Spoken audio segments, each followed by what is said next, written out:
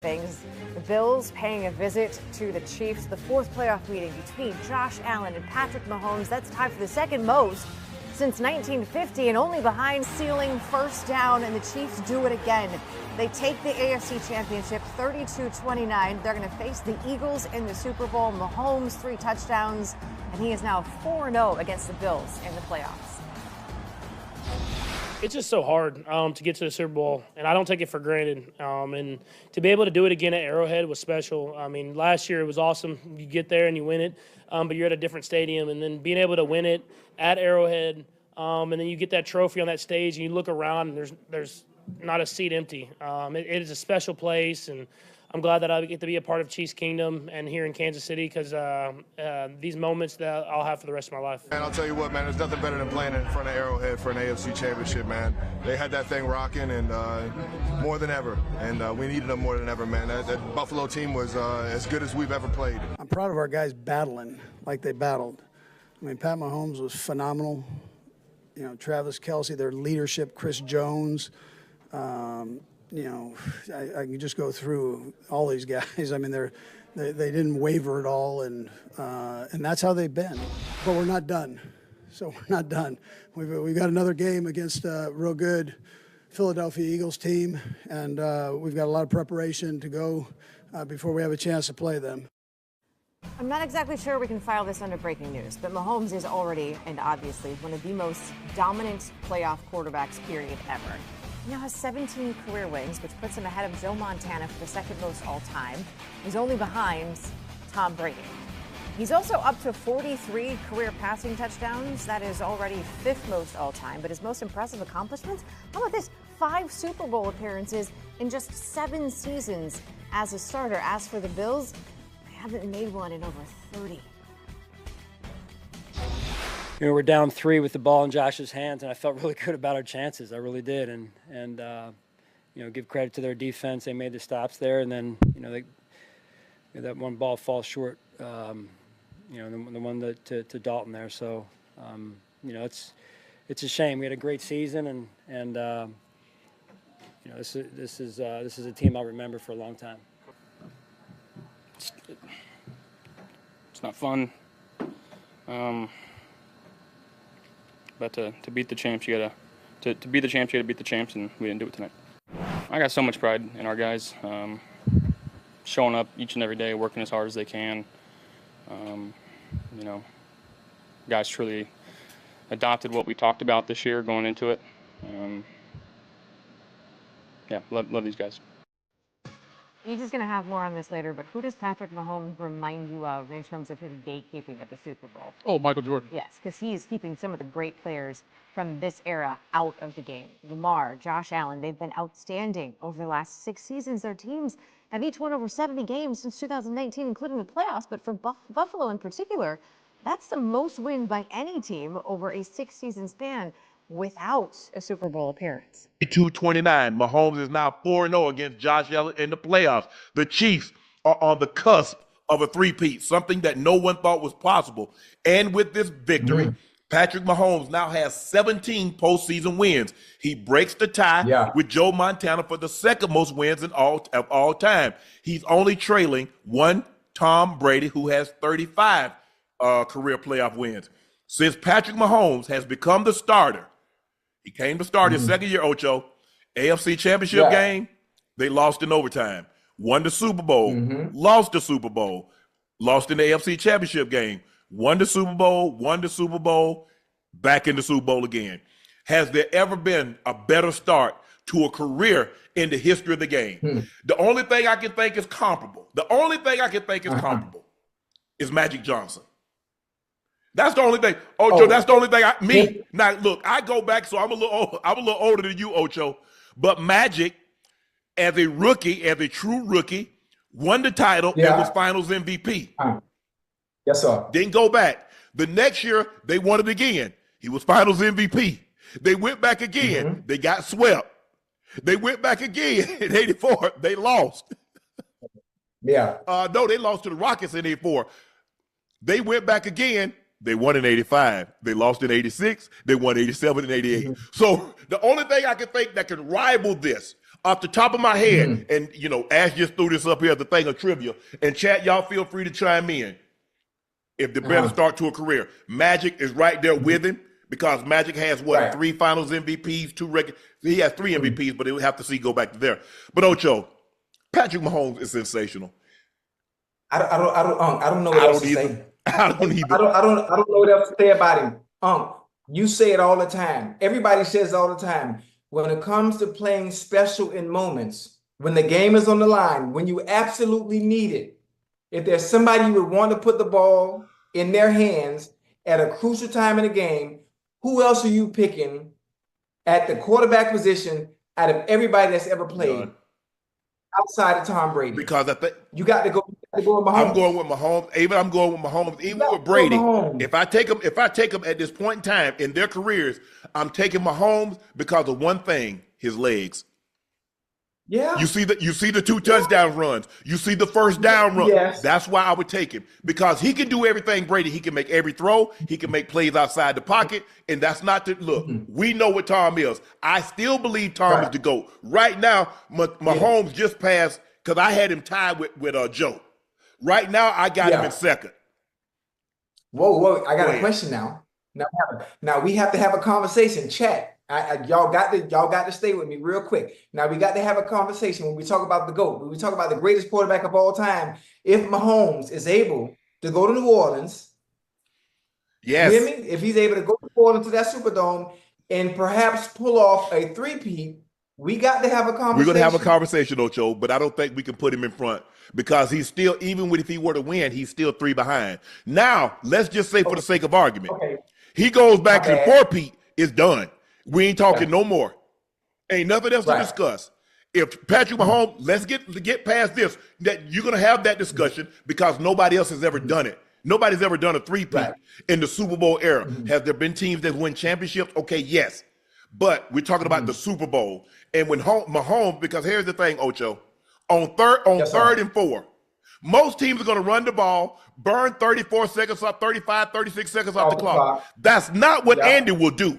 We've seen Andy far too many times put that ball in his hands. He said, son, I believe in you. Last year against the Baltimore Ravens, what did he do? He threw the ball to MBS 30 yards down the field. Andy is not going to sit on it. Ocho, I'm going to turn it back over to you to this. I had a conversation with you last week. I said, Ocho, when Spags feel threatened, what's he going to do? He's going to blow it up. When he felt threatened with Josh on 4th down and he felt threatened, what'd he do? He blew it up. Hold on. This is the thing about it. This is the thing about it. Spags waited until the right time for an exotic blitz they hadn't seen all game. All game. Spags sat on that. Like, think about that. When you talk about playing chess and you talk about playing checkers, you ain't blitzed like that to that magnitude the entirety of the game, but you wait on the right moment to use that one exotic blitz. Coming. And it got home. He gonna blow it up. Anytime he feel, if you go back and study Spags, especially when he's been with Kansas City, when you threaten him, you get in his territory, and he feels the momentum, he's gonna come, he's gonna give you zero coverage, what we call bomb blitz. He's looking to blow it up. Yes, sir. And that's exactly what he did. Kincaid, I think he kind of lost it in the lights. He misjudged it. Because Josh still, excuse me, chat. Josh still made a hell of a throw to throw it off his back foot. Give Karlaftis credit because he didn't drive him into the ground. He was close. He hit him. Let him go. I ain't gonna get no foul in this play. Ocho. You know, Kincaid catch that ball. You know that we talk about something totally different now, right? Now, they might get a touchdown, but I'm not banking against because you mess around and get a touchdown and you leave 35, 40 seconds on the clock and they got 2 timeouts. I ain't betting against my homeboy. Absolutely. Absolutely. Listen, we've seen him do it before. We saw him get in field goal range with 13 seconds. Josh is probably thinking, what the hell do I got to do to beat this man? Because what happened, what was that, last year? What happened last year is that somebody beat him, And Kansas City went to Buffalo and beat them. He's like, damn, I just can't beat this man in the postseason. I wanted home field, I got it. He come to my house, kick my ass. I go to his house, he kicked my ass. So can I go? I need to go to another conference and play on the Super Bowl, and then maybe I just get to the Super Bowl like that, and I see him in the Super Bowl because he keep beating my tail before I get to the big dance. Listen, we are in for a treat. We are in for a treat if you have a AFC team, if you're a Bengals fan, a Ravens fan, a Bills fan, or a Chiefs fan, and I'm trying to think what other teams might be in contention. This is gonna be for the next decade. Oh yeah, it's going to be a joy to watch for the next decade. Those 4 quarterbacks go at it and see who ends up in the AFC Championship. But they got to knock him down. You got to knock down the big dog. You got to knock him down. And they've done a great job. He's taking less money. Ocho, he's supposed to be the first six. He's supposed to have got $60 million 5 years ago. He said, nah, I'm good with this. He's supposed to have got $60-70 million now. He said, nah, I'm good with this. He said, because I need CJ. I need y'all to have some money because McDuffie's going to come up, and I'm going to need y'all to pay him. But I'm also need y'all, if some of these free agents, wide receivers become available and we can get them on the low, I'm going to need you to get them. You see, he's like at the end of the day, he's gonna he's gonna have enough money. And Tom realized that. Tom's like, bro, when you got that kind of money, Ocho, you get what they call acquisition. So, hey, bro, I got this big deal coming out for you. Hey, check this out. Don't nobody know about it. For $250, I'll let you get in. I'll give you a percentage. I just read today that Jeff Bezos bought $250,000 worth of Google stock before it came available. Now that's about 3 million shares. Go Google and see how many 3 million shares is. When you got that kind of money, and people are like, well, damn, my guys got that kind of money. The next thing you know, they was making 50 million, had 100 million, and now they had 500, they had $1 billion. Ta-da. I ain't telling you what somebody told me, Ocho. I know. And then, you got to think about it too. Also, people in the chat, you have to understand, everybody's not as fortunate. Everybody's not in the situations like that. Most of the time, most quarterbacks, when you're in a situation, you don't have the revenue or the stream of revenue and income off the field. So Tom Brady was different. Tom Brady can take a home team discount. And he had a wife. He got a wife that's making $38 million a year. So it's different. It offsets what you're not getting from the team. It offsets. Then you think about Patrick Mahomes, sponsors, endorsements coming off the field. So the pay cut that you're taking to allow Andy Reid and the Hunts to build a team around you so that you can compete and be in contention year in and year out, you're making up for it anyway. And the Hunts have already said, don't worry about it. You're never going to have to worry about anything. Because guess what? After next year, they're going to tear it up again. And you know what they're going to do? They're going to give you more upfront. That's what they do. They're going to give you more upfront so it doesn't hurt the cap. And you're going to be all right. You see him, the MLS team, he invested in that. I think he got a piece of the Royals, invested in that. So when you have money, Ocho, if you have money and you're a good person, you're not a jerk, people will want, hey, check this out. Hey, we getting ready to start an MLS team, or we getting ready to buy this MLS team. We'd love for you to go in with us.